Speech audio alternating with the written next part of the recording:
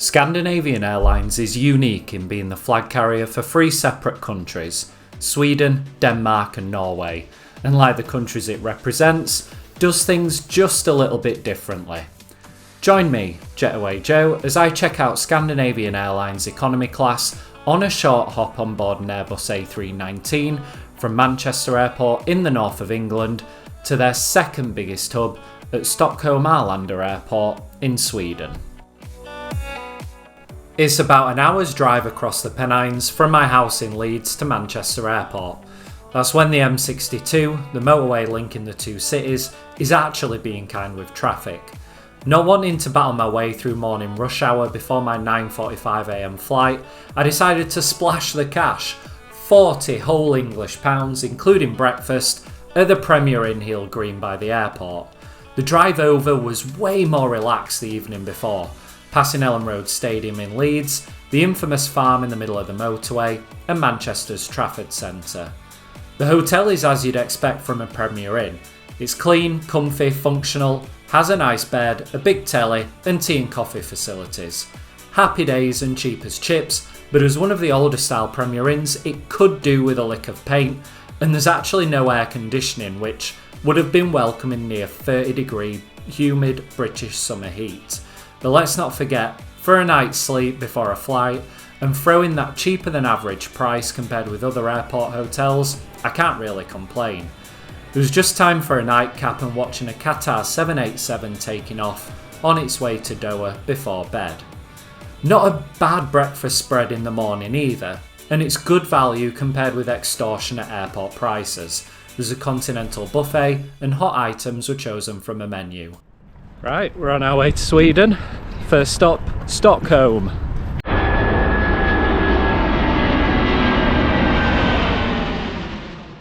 Manchester is the airport us northerners all love to hate. Dropping the car at Jet Parks 3 and hopping on a bus to Terminal 1, the SAS check-in area was busy with 3 flights to Oslo, Stockholm and Copenhagen all departing within half an hour of each other. But our bags were dropped and boarding passes were in hand in no time at all. Security was packed, but it flowed really well, and we were through in about half an hour to the first lot of Terminal 1's myriad and maze of corridors and stairs.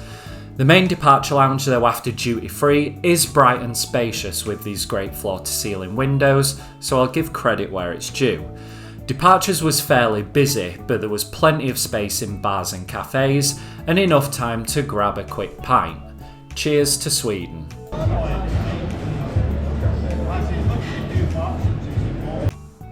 Our plane landed from Stockholm bang on time. This Airbus A319, registered OY-KBR, was delivered to Scandinavian Airlines brand new in August 2007 and was sporting the Star Alliance livery. Then it was time to make a dash over to Gate 26, navigating more of Terminal 1's pokey corridors and stairs to an even pokier gate area. Like I said, it's the airport we love to hate, and a delay to boarding meant it got pretty hot in this holding pen. We managed to get on board around 20 minutes late, but boarding overall seemed to take a really long time. The legroom on this plane was pretty tight, but it would be fine for a 2-hour hop over the North Sea. It was a nice, pleasant cabin. This near 16-year-old plane was showing absolutely no sign of its age. The seat had a seat pocket, USB port, coat tuck and literature tray, as well as a table.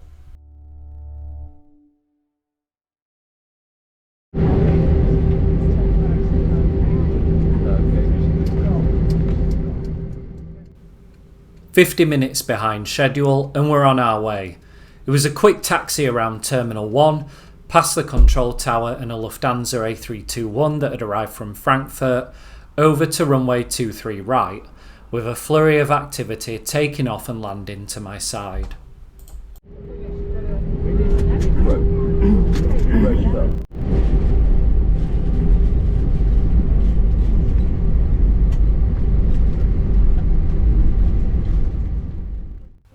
After this Pegasus A321 from Istanbul SAW touchdown, we were finally on our way, lining up for takeoff from runway 23 right.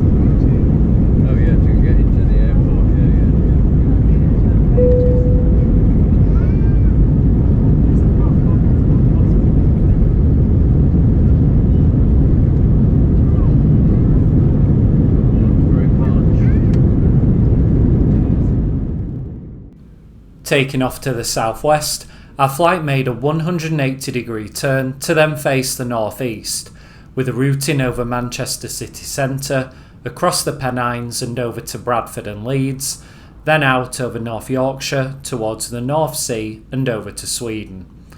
Estimated flight time today of about 2 hours.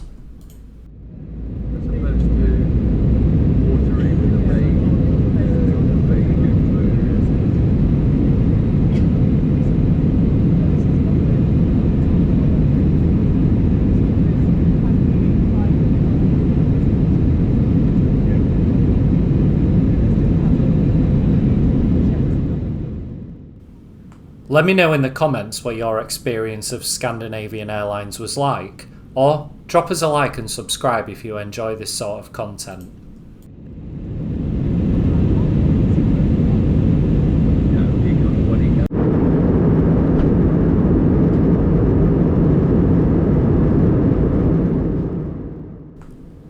I was even able to make out RAF Dishforth at the side of the A1 before the North Sea came into view above the seaside town of Whitby, made famous by Bram Stoker's Dracula. From then on, it clouded over as we started the crossing of the North Sea, and the cabin crew, who were pretty slow off the mark, started the in-flight service.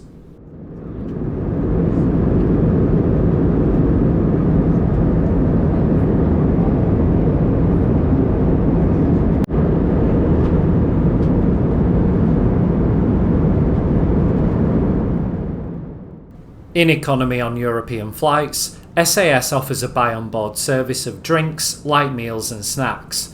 Tea and coffee, though, is free of charge, but I got what I can only describe as a thimbleful of coffee. I think more milk was provided than actual coffee. This seemed like a bit of a gimmick, to be honest. It's nice they're trying to offer something in an airspace where everything is dominated by buy-on-board low-cost carriers, but just don't go halves on it if you're trying to. You'd be forgiven for thinking it makes sense to also include water, but no, this'll set you back 35 Swedish krona or about £2.50. Not to sound like the penny-pinching Yorkshireman that I am, but it just seemed a bit odd to me. Aviation trip reporters, reviewers and vloggers absolutely love showing you the toilet, so here it is. And well, it's an airplane loo. The person before me flushed the toilet, it was as clean as an airplane bog can be, and it didn't stink, so I guess it was alright. Not sure what more I can say about that, to be honest. I really like the cabin of this A319 though. The colours of the seats and carpet, along with the wooden bulkhead with the SAS logo on at the front, felt distinctly Scandinavian and like I was flying a Scandinavian airline. Which is good, considering I was flying Scandinavian Airlines. The clouds cleared as the west coast of Sweden came into view, and from there we were given beautiful views of the forests, lakes and tiny villages of colourful wooden houses on approach into Stockholm Arlanda.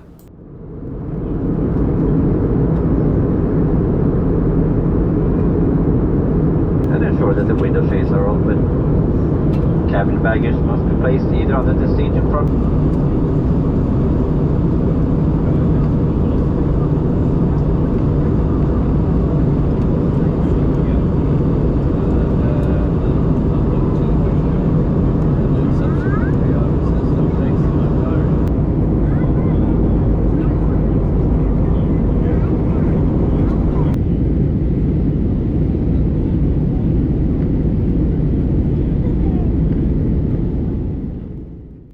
The approach took us over Lake MAN-ARN to the western suburbs of Stockholm, where we passed Bromma Airport before lining up for a silky smooth landing on runway 1 right.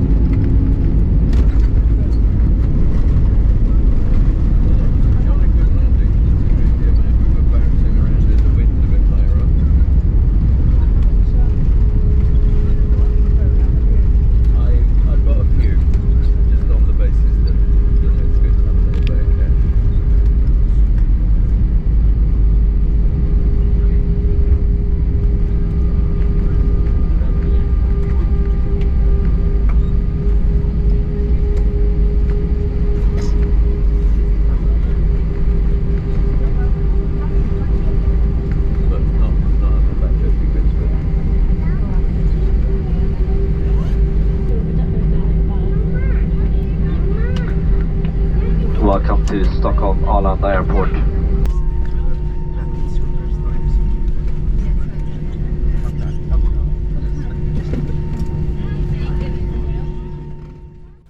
There was quite a lengthy taxi from the runway over to gate F67 at Arlanda's Terminal 5, but this was absolutely nothing compared to the wait time at immigration.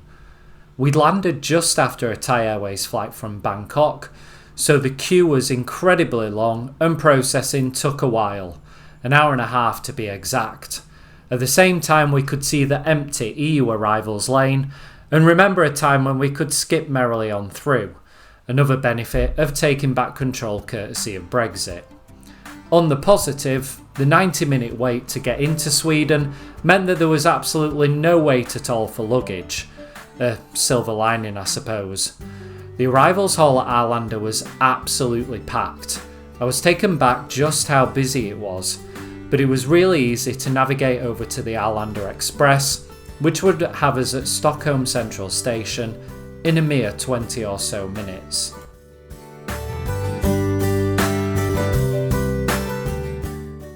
Stockholm is a beautiful European capital city that I can't recommend enough. Check out the video at the top of your screen to see what I got up to in the Stockholm area. So, Scandinavian Airlines. Meh. It feels like they're having a bit of an identity crisis. Would I fly them again? Well, only if I had to. If I was travelling back to the region, then sure, why not? Would I go out of my way though to fly them and connect on from the likes of Copenhagen or Stockholm to elsewhere in Europe, America or Asia? Probably not. Have you flown SAS? And if so, let me know in the comments your thoughts. As always, please drop us a like and subscribe if you've enjoyed too. Thanks for watching. See you again.